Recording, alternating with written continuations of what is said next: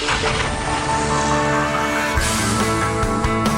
proposed speed limiter mandate is gone for now. Senator Steve Daines of Montana joins the show to talk about his plan to keep it gone forever. We'll also have a look at how truckers are coming to help those in need in Texas. And in it for the long haul, a visit with the musician making music from behind the wheel. Welcome to Trucking with OOIDA. I'm Scott Thompson. And I'm Ashley Blackford. How you doing today, Scott? Doing just fine. How are you, Ashley? Wonderful as always. We've got a lot of stuff coming up today. Yeah, we got a good show. We'll cover the news of the day here, of course, including a new recall of tens of thousands of PACCAR trucks and a warning about a new scam that's going around. Plenty of news to get to, of course. We've also, as we mentioned there, got Senator Daines of Montana coming up as well to talk about how he and his colleagues approach trucking issues in general, along with his attempts to kill an idea of a speed limiter mandate for good. So that's a good talk we're looking forward to. Also, Long Haul Paul, who you've spoken with before. I did, yes. This guy, he started trucking in like the late 70s. First job, made $5 an hour. Like this guy, his heart is in the truck, and he's a musician. So very interesting guy to talk to. Very interesting guy. Looking forward to that. But before all that, we've talked about this before. We've been watching a tragedy unfold over the past several days, and as always is the case when disaster strikes, truckers are stepping up. Let's turn now to OOIDA board member Danny Schnauz, who's in Texas and has been helping with the response to that catastrophic flooding in central Texas that has killed more than 100 people now. Danny has been doing what he can to help, and he joins us on the phone now. Danny, how are we doing? Doing great this morning. Thank you. So your company, Clark Freight, offered and has been hauling relief loads out to areas of need, I should say. Can you tell us a little bit about how that effort began? What prompted it? Sure. We've offered several loads. We've completed one so far, and others are in the works. But it began with me texting our mayor and a couple of other organizers of groups in our area, and me simply offering. And whenever I did that, one group was already collecting using a small U-Haul, which they quickly outgrew. And the other groups are waiting for a longer timeline to work a later phase of the recovery. So those loads are still coming up. Do you know how many loads you've hauled? For this effort, so far, one. For other efforts in the past, it's a lot. What are you hearing? And for our listeners, can you kind of explain how far you are away from again, that devastating, scene that we're seeing on news reports out there? How far away are you from all of that? It's a large area, so the range of distance is from 250 to 300 miles from us. We're here on the Gulf Coast, almost can see the water from where we're at, and it's over in central Texas, northwest of San Antonio. So you're a ways away from it, but obviously when something like this happens, it affects a great number of people across a pretty wide area, for sure. You're, going out to help, and your company has been. Talk about how that decision is made, and I know this isn't the first time you've done something like this, but talk about how that process kind of plays out, where you go from, seeing the reports and hearing the reports to actually stepping up and doing something. Well, that's a great question, and it really starts with understanding the magnitude of what's going on and then where it's at geographically. And since this is to us close, and it's a large event, they're going to need a lot of deliveries of either donations or things that are bought, whatever it is. And, of course, transportation is what we do.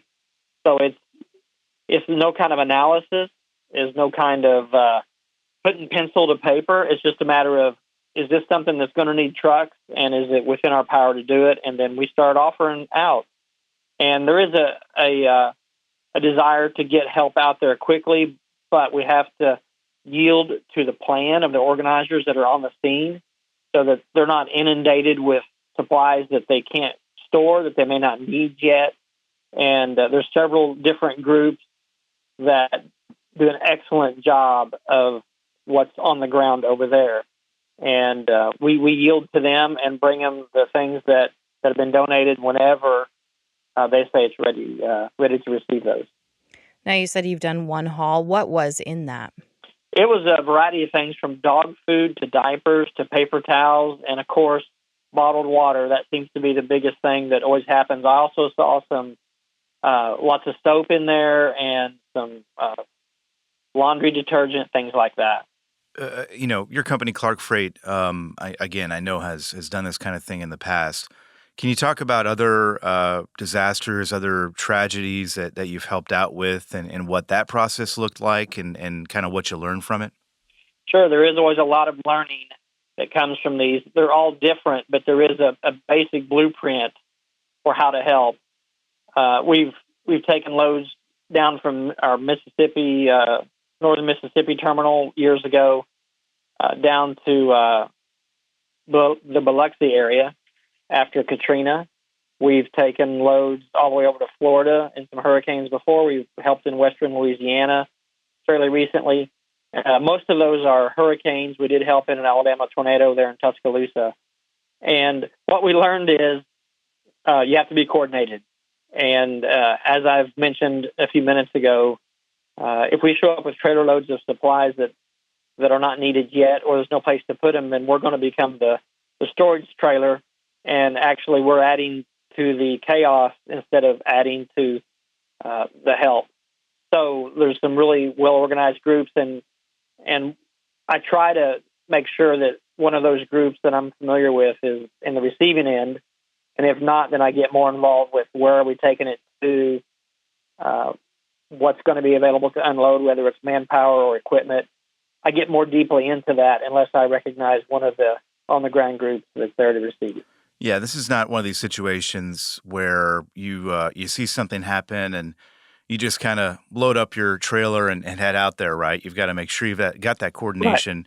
And you got to make sure also you're doing everything right in terms of regulations and whatnot. I imagine that you will be or have been utilizing hours of service relaxation, orders that are out there.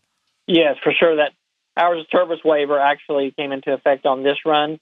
It doesn't always, just depending on the individual circumstances of the driver. But of course, hours of service to us are the regulatory guideline, but what we look for even more so is the safety aspect, which of course hours of service tries to aid with and doesn't always. But we make sure that the driver that's going is a rested driver that's able to handle whatever is ahead, because the roads may not be as clear as we think. The unloading may not be as timely as we expected, and even getting back out. There could be some construction or one-way traffic on roads where the driver's not able to come out the same way he went in. So hours of service available or not, we utilize the waiver, but we are going to send a driver that's ready to handle that extended couple of days for sure. For anyone listening who might be thinking they would like to lend a hand and help, do you have any advice for them? Sure. The first thing is, if you've never done this before, you've got to work alongside some groups that are familiar with this, that have a track record doing it. We have done the collecting of items before. That's very time-consuming, and you disappoint a lot of people if you do it in a really organized, common-sense way. Because the good-hearted people that just want to help, they want to bring whatever they have. But there's a time for clothes, there's a time for water, there's a time for all of these things. And as I said earlier, it has to be a coordinated effort. So if you're wanting to help, then join up with a group that's done it before. And that can be a local church. It could be the Salvation Army. There's many groups like Samaritan's Purse. One of them that we deal with a lot is out of Louisiana. And whenever you deal with one of these groups, it's going to go right. And you can learn from that and understand how you can be the most help for the group that needs it, instead of just basically feeling good about doing something, which is good for you, but yeah. We all want to be effective in our help. Absolutely. Yeah, certainly going to be a lot of need for help out there in the weeks to come. Danny, thank you for sharing your story with us. Thank you for everything you and your colleagues there at Clark Freight are doing to help out as well. And thank you for your time. We appreciate it. Sure thing. It's good to get the word out. Trucking is full of good-hearted people. Of course, our brother and I own this company, and we're truckers at heart, and have been drivers for years. And the drivers that we have here are always excited to go do this kind of thing, and I think you'll find that's true across all of America's truckers. Just good-hearted people ready to help. 100%. Thanks a lot, Danny. We appreciate it. Sure thing. And once again, that was OOIDA board member Danny Schnautz, stepping up in what, by all accounts, is a horrible situation there in Central Texas. I'm always reminded of that Mr. Rogers thing. Honestly, I had the same thought. That's kind of funny. Yeah. And truckers, when disaster strikes, They look are for the the helpers. helpers. Truckers are the helpers. For So sure. it's always great to talk to people who are doing that, for sure. Yeah. And if you're in Texas, whether you've been affected by the flooding or you're helping out, we would love to hear from you. You can give us a call at 1-800-324-6856, or if you want to send us an email, podcast@ooida.com. Yeah, and again, it could be, the situation there in Texas. It could be another disaster. There have been so many, unfortunately, throughout the United States over the past, several years. And if you've been one of those helpers, we'd love to hear from you. Love to hear that story and find out exactly, what happened and how you stepped up and help people out there. So please do reach out. We are going to step out for a very quick break here. But when we come back, Ashley, we're going to have Senator Steve Daines of Montana on the line to talk about the DRIVE Act, his bill that would stop FMCSA from imposing a speed limiter mandate. So looking forward to that. We've spoken with him before. Always a great talk, so we'll look forward to that. Again, Senator Daines is up right after this short commercial break on Trucking with OOIDA, so stick around.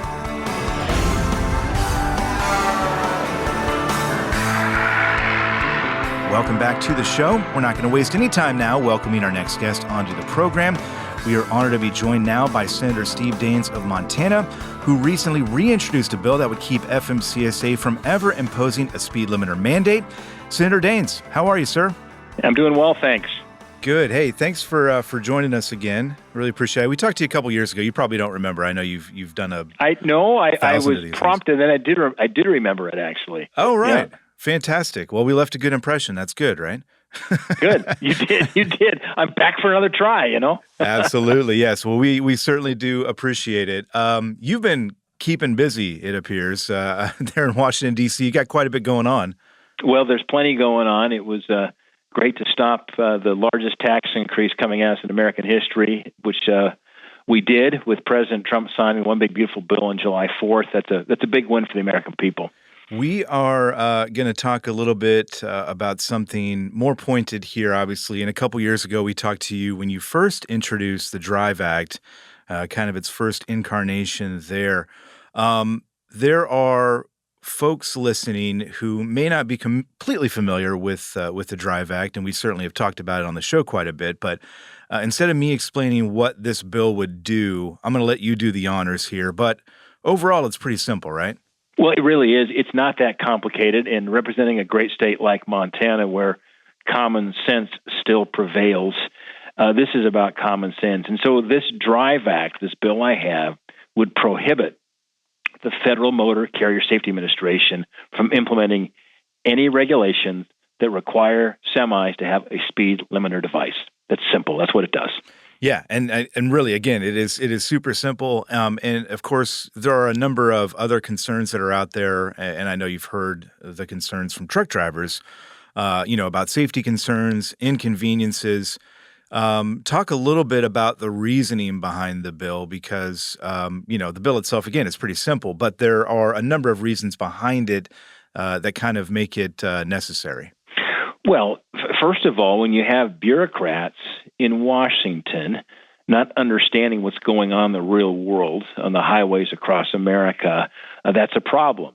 I can tell you that when I speak to my truck drivers, my Montanan truck drivers, they know what works best, and they ultimately have the safety of their personal lives as well as those around them at their highest priority.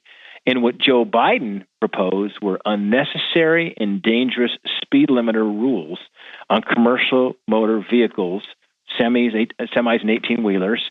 And here's the reality. It would have done nothing more than actually cause more congestion and actually higher crash rates.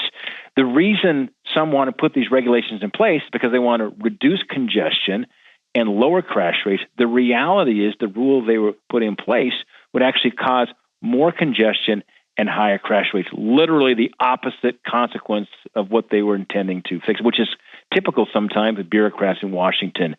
So this is something that was supported by the Montana Trucking Association, by the National Association of Small Trucking Companies. And I got to tell you, I was glad to see our new Department of Transportation Secretary Duffy, Sean Duffy, who I served with in the House once upon a time. He's been a friend for years. He actually rescinded this harmful speed limiter rule a few weeks ago. That's a win right now for those that are out on the roads day in and day out. Yeah, and to that point too, Secretary Duffy, in rescinding that rule, I think there may be a misconception out there that by doing that, this issue goes away, and there may be people wondering why a bill like yours would be necessary in that case. I know the answer to this, but for others out there that may not, this bill would essentially, no matter what administration comes out, up down the line, right, this bill, if it were signed into law, would essentially bar FMCSA from ever putting a speed limiter mandate into effect. So your bill is still, relevant even after that move. It is. You've captured it very, very well, Scott. It's, the good news is Secretary Duffy was able to move quickly, basically through executive department action, to change this regulation.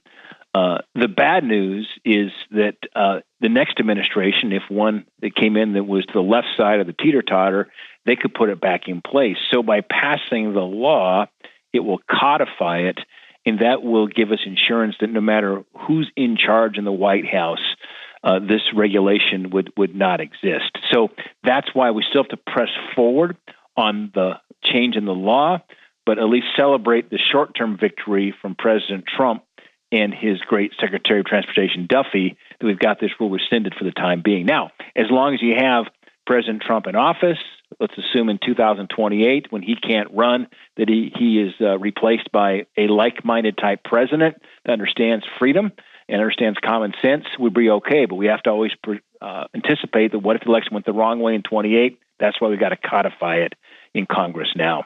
We should mention that your bill, again, the DRIVE Act, does have a companion piece of legislation in the House introduced by Representative Josh Brecheen of Oklahoma. Your bill in the Senate, I think at last check, had 8 co-sponsors or has 8 co-sponsors right now. All 8 are from your side of the political aisle. What is it going to take to garner more support? And I suppose, how are you making that pitch to your fellow senators to kind of get on board with this? Yeah, well, you're exactly right. So far, it's just Republicans that are on this bill with me. But look, we've got to make the safety argument, the data-based safety argument on this to convince my Democrat colleagues to get on board, because they'll have their folks on the left side of the teeter-totter. They're going to fight us on it. I think you got to go back to common sense and look at the data. So that's the argument we've got to make, and to have our listeners who are out there, who are voters, to be voicing their input on this to their respective senators and members of Congress, both Republicans and Democrats. So it's important that the voice of the transportation community is heard, and those are voters. And look, members of Congress, listen to what voters have to say. With regard to this issue, I would imagine when you talk about this with your fellow senators and their staff, I would imagine quite a few of them don't quite understand the idea of speed limiters. I know you've got a lot of issues that you're looking at on an everyday basis, so I understand that. Is kind of explaining that, explaining the situation to them and explaining what speed limiters would do if there was a mandate. Does that kind of hit home for them? Is there a lot of explanation that you kind of have to do? Because it is one of these things that I think for a lot of people, it looks good on paper and makes sense on paper.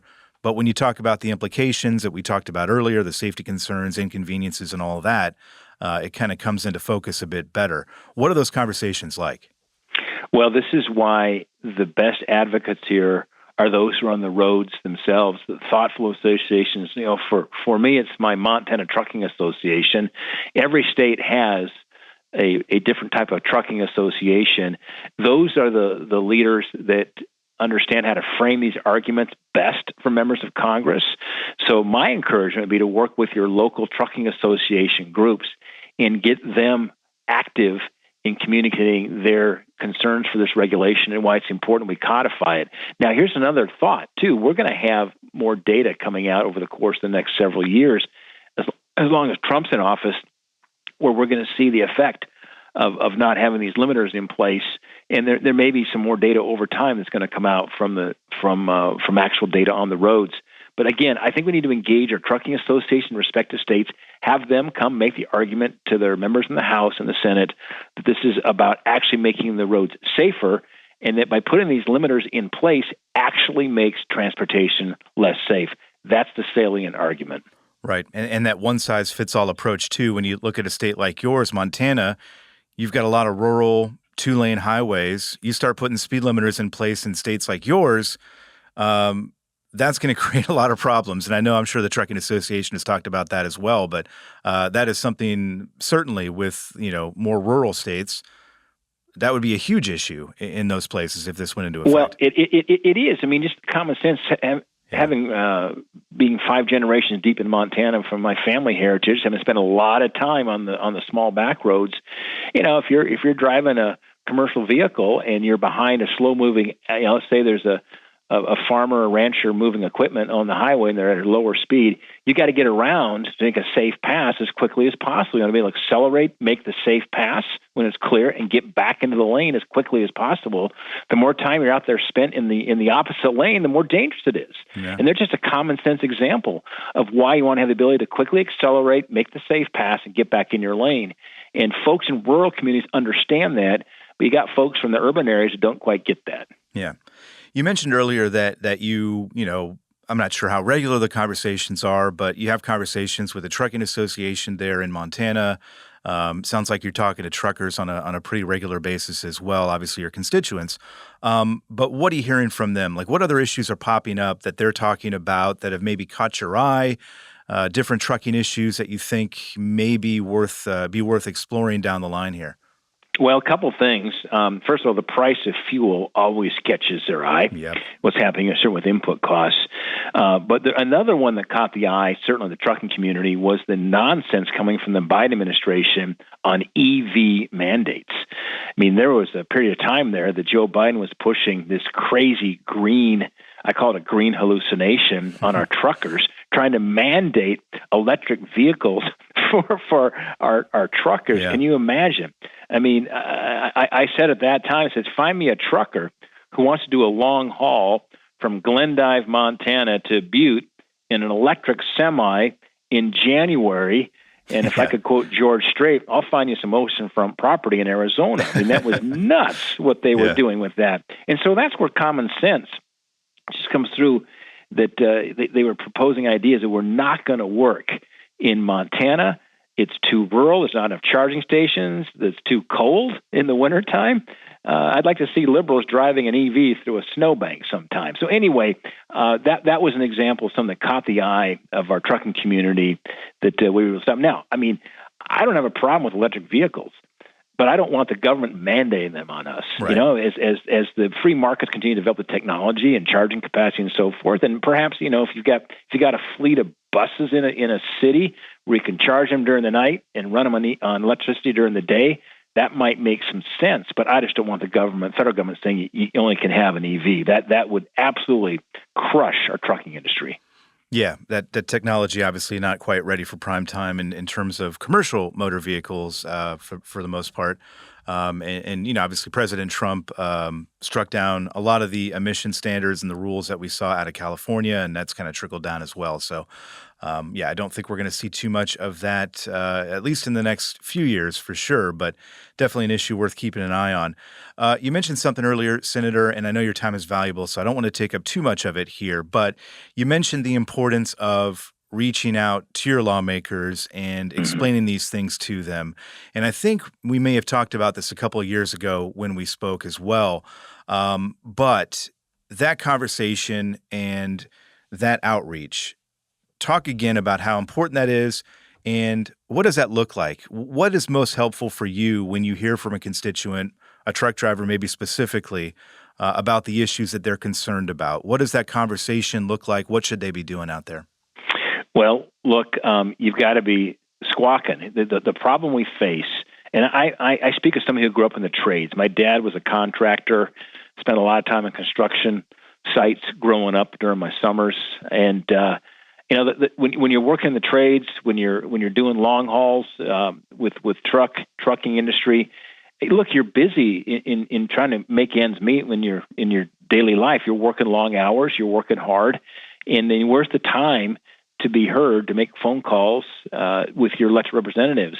But I tell you, it's really important to find that phone number. Usually you can find it online, do a quick search. Just register your voice, make that phone call, because I'll tell you, they've got staff who literally will report whatever's coming in on the phones. I mean, I see that on a daily basis. What are the Montanans calling in about what issue, and what are they saying about it? And the problem is, when good people don't act, we get bad results.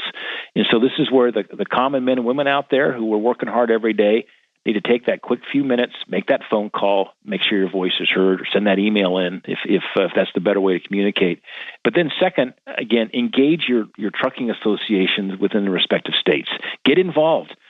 Make your voice heard to them, and they can be the voice to carry to Washington.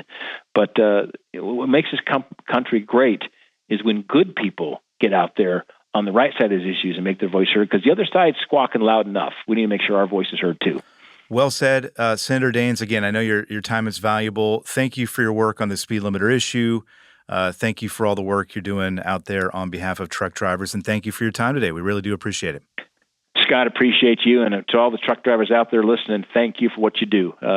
We went out to eating every day for the fact we're hauling produce around this country. So a big thanks to our truckers. Our thanks once again there to Senator Steve Daines of Montana, again, for his work on this matter and for his time today as well. As for Trucking with OOIDA, we've got to take a quick break, but hang tight. We've got more coming right up right after this break.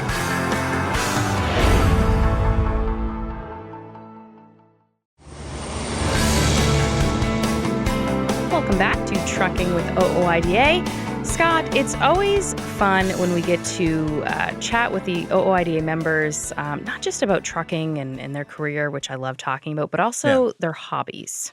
Yeah, well, it's clear. Obviously, truck driving is their job, but it's not all of who they are, right? Yeah, it's always interesting to hear about different hobbies and different talents, and obviously there are a lot of people out there with a lot of talents and hobbies that are interesting. So it's always good to hear what they're doing on the side to keep themselves occupied. Yeah. I talked with Paul Marhoefer recently, and he kind of combines the two, trucking and music, especially with his music videos. And he talks about how driving and writing songs have kind of come together. And so it was a really great chat. Let's take a listen. From strumming a guitar to steering a semi, Paul Marhoefer, better known as Long Haul Paul, is passionate about songwriting and trucking. Here's a highway path. Here's a highway song. And I called the road my home. I just knew I was going far. We recently caught up with him while he was deadheading to Lubbock, Texas to pick up some cheese. He's been driving truck since 1979. Well, I started driving a straight truck full-time in 1979. And so this is right before deregulation. And I was 19. I was making $5 an hour. I had coworkers in their 30s and 40s.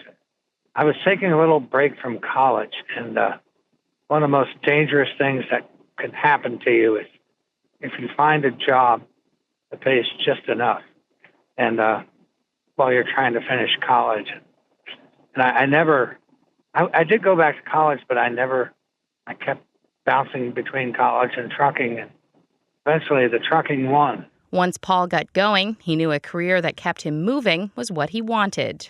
There's a wonderful line from a Michael Perry song. He said, "Motion is your morphine," and I think I am honestly addicted to motion. I honestly think that motion is a function of an addictive personality and the need for motion. and it's a healthy replacement addiction. But I really feel like had I been born in a train town, I would have worked on trains. But I'm in motion right now as we speak, and I seem to be the happiest in motion, as did my entire family. My mother always was happiest when we were on the road. Paul currently hauls reefer. I found a place 14 years ago where I became kind of institutionalized here in trucking, and it's probably about the most predictable reefer freight. So they've got direct contracts, and they've taken a lot of the unpredictability out of reefer. So a lot of people think that reefer freight is the bottom of the barrel when it comes to trucking, but reefer isn't the problem. Bad reefer is the problem. Paul's most memorable load wasn't exactly what he hauled, but where he hauled it. I took a load of tropical plants from Venus, Florida to Fairbanks, Alaska, January of 2005. And I teamed it up there. And I found it very mundane. Like, the provinces do such a good job on their roads. It was just like any other load. It's 5,400 miles up there, which is about like going around from Indiana to California and back.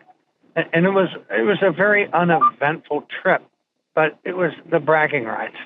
The only exception to that was that the first time I've ever really seen the Northern Lights, and it was a spectacular thing.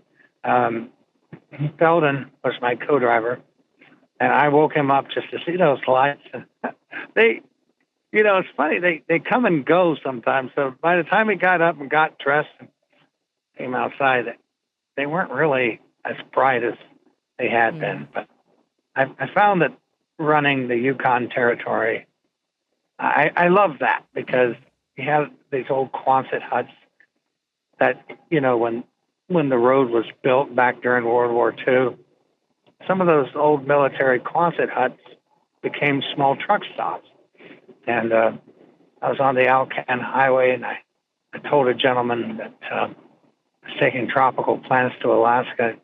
And when I got back through there, I don't know, 4 days later, he goes, "So how was Alaska?" Like, to be remembered, like, there's so few people still going through there. To be remembered was really a oddity to a lower 48er. I mean, nobody at the pilot's going to say, "How was your trip to Florida?" At the Knoxville pilot, nor would they have any reason to. But yeah, that small truck stop proprietor remembered my trip to Alaska. Along with his career on the road, Paul began his music career at the age of 19 when he started writing. Well, I was writing. I started writing at the age of 19. I was writing mostly gospel songs. And then at about 24, I wrote my first song about something that happened. And it was about Denise's dad passing away. And then I really probably started taking off as a writer when I came over here to Moeller Trucking, because it got so, I just, instead of being an owner-operator, and then in 10 years I was an owner-operator, I never wrote a single song. It was, it takes everything you've got to manage all the aspects of being an owner-operator, and I never even played my guitar. But after I came here to Moeller Trucking, I really began to just crank out songs, because even before e-logs, a lot of their freight was legal, and there were a lot of long rest periods where you just, out of boredom, would begin writing songs. Paul says there's no better time to think about music than when he's heading down the highway. Yeah, the motor going down the road that's your accompaniment, and yeah, absolutely. Now, I don't think that this 505 Detroit with these super singles, I don't think it doesn't have the same pitch as, say, a 4 1/4 B model cat with dual tires. It's a lower hum, and I'm not kidding. I know this seems really like this is kind of a quirky observation, but the best motor to write songs to is a Caterpillar. This Detroit's just too darn quiet. His most recent song, When He Reached Down His Hand for Me, was based on a scary experience while he was trucking. I think I could legitimately call it a near-death experience. I was hit head-on by a set of duels on Christmas Eve of 2022, and miraculously, even though it threw me into oncoming westbound traffic, nobody received a scratch. We didn't even lose a case of yogurt, even though that when the tires hit me, they knocked the tire off my rim and made my axle go to a 45-degree angle, and I lost complete control of the truck. And so when the trooper drove me to the North Platte Comfort Inn on Christmas Eve, I sat there and I thought, maybe it's time to write that, put out that gospel album. And so this song that we did, I've always wanted to do a song in a junkyard. And we have a wonderful patron called Circle C Trucks and Equipment. They're out of Tompkinsville, Kentucky.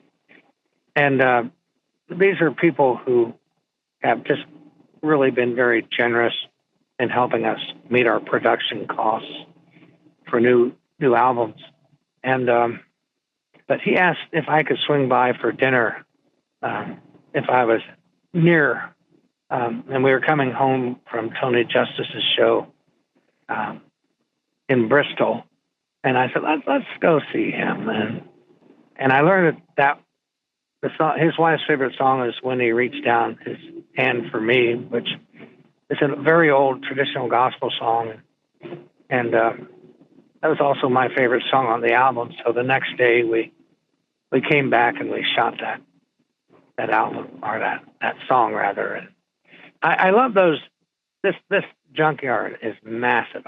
I think he's probably got 3 or 4 acres of nothing but just junk Peterbilts. And these trucks, to me, they were like, trucks are kind of like an extension of our identity. At least to me, they are as a trucker. Like these trucks that were just completely, lost their motors, had everything taken out from them. And many of them were wrecked badly. They look like metaphors to me, like metaphors of the human condition. The music video features lines of destroyed semis, many customized. That's exactly what we were trying to that's the story we were trying to tell. Like, at one point you've got a slogan, you pay a sign painter to put that slogan on the back of your truck. You think so much of that slogan, and then, but we're all heading for the same place. Like, I'm sorry, that's dark, but it kind of is true. Paul has written many non-trucking related songs, but it's the ones that feature semis that seem to get the most attention. There's probably as many non-trucking songs as there are trucking songs, but the ones that really seem to pop are the trucking videos. And it is sort of like, just to give you a story, Marcia Campbell, God bless her, she invited me to come on to WSM on her show. She had an all-night trucking show and play some songs and tell some stories. And we get down to Nashville, and everybody there is younger than me, skinnier than me, can play the guitar better than me. And I'm like, well, why are they not on this show? And I think it's because there is a certain if you've been a trucker, it is sort of a I see trucking music as sort of an allegory for the journey of life. I mean, there are takeaways from a good trucking song that can be applied to different life situations. And I'm not, at one point, I can remember saying early on, well, I want to write songs about life. I don't want to just write trucking songs and be consigned to this topical ghetto of trucking. But it is a great part of what I do. I mean, most of our lives are spent working at some job. And so it's a material-rich area for me. And you might be wondering, where does the name Long Haul Paul come from? Well, my first 2 albums were released under my name, Paul Marhofer. And then on the 3rd album, we got signed to a label. And he said, your name's kind of hard to pronounce. And I said, yeah, because I had heard this DJ. There's a DJ out of North Carolina that was spinning my stuff. And he couldn't pronounce my name, and he fumbled over the air, and he got frustrated over the air. And I said, well, my CB handle is Long Haul Paul. He asked if I had any other nicknames. And so that was my CB handle. And it is easier for people to remember. Although it does, yes, it's kind of corny, but people do remember it. If you'd like to listen to his music, you can visit him on YouTube at Long Haul Paul Music. When he reached down his hand for me,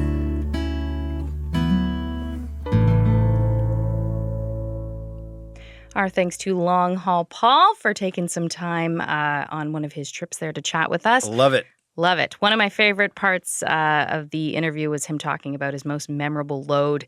And it really wasn't the load. It was more where he was going and the people that he met along the way, which I thought was That's what really it's always cool. about. That's what it's about. Always about the people. Yeah, Yep, those are exactly. the memories for sure. We had a chance, or didn't have a chance actually, to get into the news of the day here, Ashley, because we were speaking with Danny Schnautz earlier about the flooding there in Texas. We're going to take a very quick break, but when we come back, we've got a few news items that we'd like to tell you about, so we'll do that right after this. Allen & Company and Big Al will be at the I-80 Truckers Jamboree. See you there. Penske is the trusted source for quality used trucks. Whether you search our website, call our sales staff, or bid at our online auction, you are sure to find the right used truck for your business. Visit PenskeUsedTrucks.com to view our inventory and learn more. High heat and low lubricity can break your diesel fuel down fast. Summer driving means crowded roads, more stress, dust, and a bigger risk of costly engine damage. How's Diesel Defender protects from the inside out, cleaning, lubricating, and fighting injector wear. Visit houseproducts.com. Are you tired of the IRS following you around like a dark cloud? Call 888-557-4020 and get your life back. At Truck Stop, we built a better load board for carriers like you. Sign up today and access over 600,000 loads on the most trusted online load board. Learn why the best in the business rely on Truck Stop to make more money and start driving your profit today. Welcome back to Trucking with OOIDA. Scott still here. Ashley is still here indeed. She is still here as well. As we mentioned there, we did not get a chance to go over today's news because of that chat with Danny Schnautz, so we will do that right now. The first thing we want to tell you about is a new recall. This is affecting tens of thousands of Peterbilt and Kenworth trucks out there. The National Highway Traffic Safety Administration saying this is over a lighting issue. More than 56,000 Packard trucks are getting the recall treatment here, but only a fraction are believed to have that problem. And the problem itself, Ashley, is that with the tail brake light, upper and lower beam headlights, reverse light, and turn signals, they apparently may not light up sufficiently, and when the signal warning lights are on, the lift axles may revert to a raised position when lowered or oscillate up and down. You don't want that. Several Kenworth models ranging in model year from 2023 to 2026 are on the list. So are several Peterbilt models of those same model years there as well. We're not going to list all of them because there are so many different ones here. But if you're concerned that your truck may be affected with this one, you, of course, should contact Peterbilt or Kenworth customer service for more information. Always want to be careful. Mm-hmm. Better safe than sorry on these recalls. And that seems like a lot. Yeah, 56,000 Packard trucks is a lot. But again, they think only a fraction of them have this problem, but they're going to have to check them out to make sure. Yeah, for sure. All right. Switching over to trucking job numbers, they are down again for the month of June. This is the second straight month that numbers have declined. According to the Bureau of Labor Statistics, where we look for these numbers, nearly 3,000 truck driver jobs were lost last month. 1,000 were lost the month before. Back in March, we did see a surge, however, which was the biggest in nearly 3 years. And that, of course, was ahead of the tariff implementation. David Spencer, who is the vice president of market intelligence at Arrive Logistics, recently told Landline that economic conditions are clearly having an impact on equipment ordering patterns, as carriers are holding off on investing in new assets, which will lead to additional downward pressure on trucking employment. As the year goes on, carriers will do everything they can to retain quality drivers, but equipment reductions alone could lead to some future reductions in employment to the driver population. And of course, weak demand is putting pressure on spot rates, but overall, transportation sector jobs did see an increase by 7,500 jobs in June, and the overall unemployment rate fell from 4.2% to 4.1%. Yeah, interesting numbers there. And we've seen this. We've talked to a couple of people about this as well. But the uncertainty, I think, about the tariff situation is driving some of this. And clearly, coming out in these numbers that we saw there in June. We'll keep an eye on those for the time being and see where all that ends up here.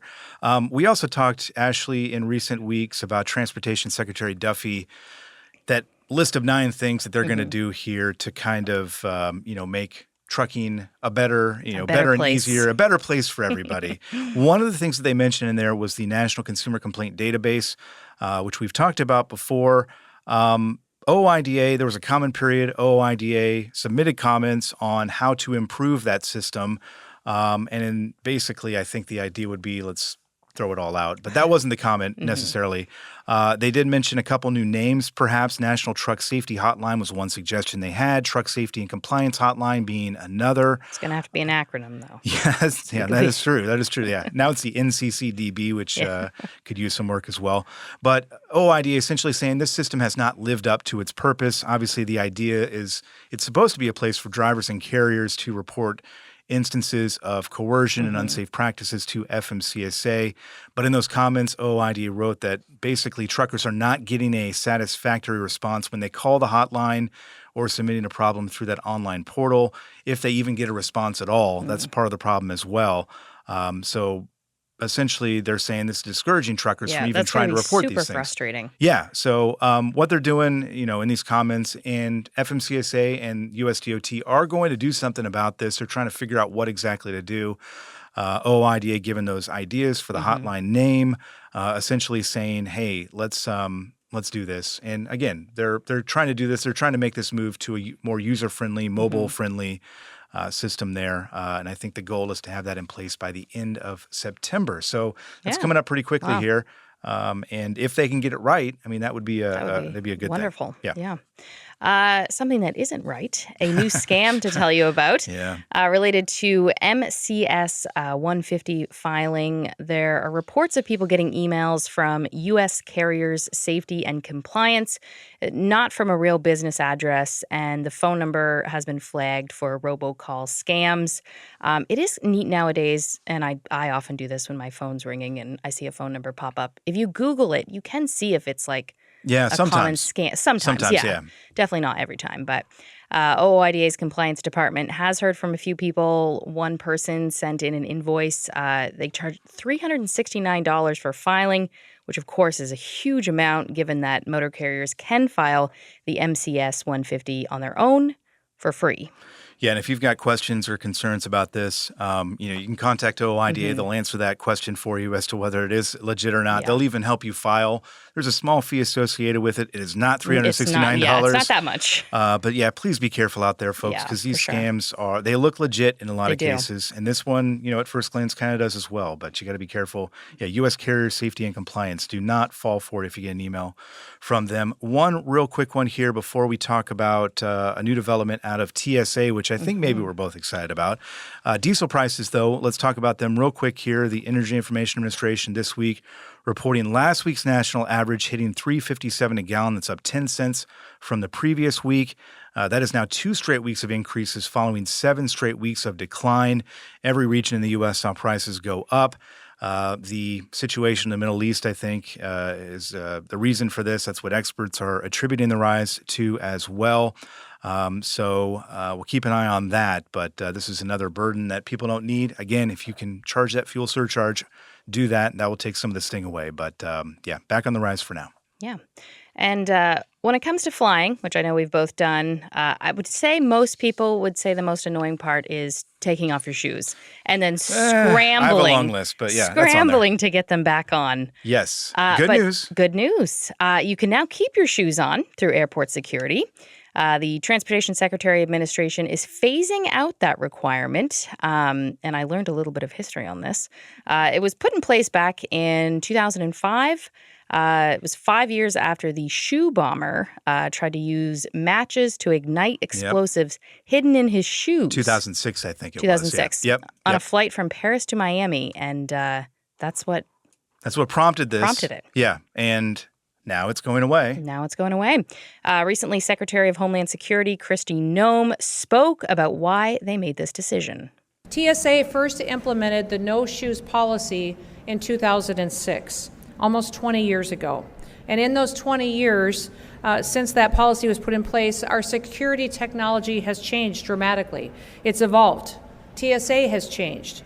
We have a multi-layered, whole-of-government approach now to security and to the environment that people anticipate and experience when they come into an airport that has been honed and it's been hardened. We are very confident that we can continue to provide hospitality to folks and for American travelers and for those visiting our country while maintaining the same standard of security for passengers and for our homeland. And the world rejoiced. Yes. People are pumped.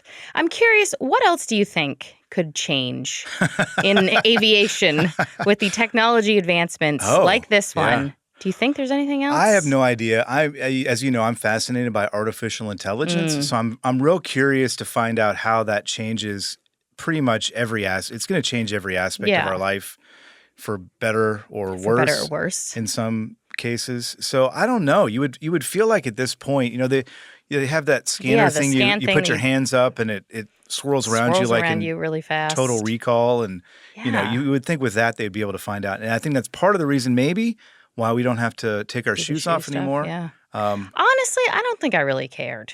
About the shoes? It was part of the experience. Yeah. Well, I suppose. See, you're one of the people that they love to see come through. They're like, oh, here she comes. I'm prepared. She's I'm ready. Okay with the shoes. I do always panic, though, because you've got to have those like gray bins, and I always have like a bag.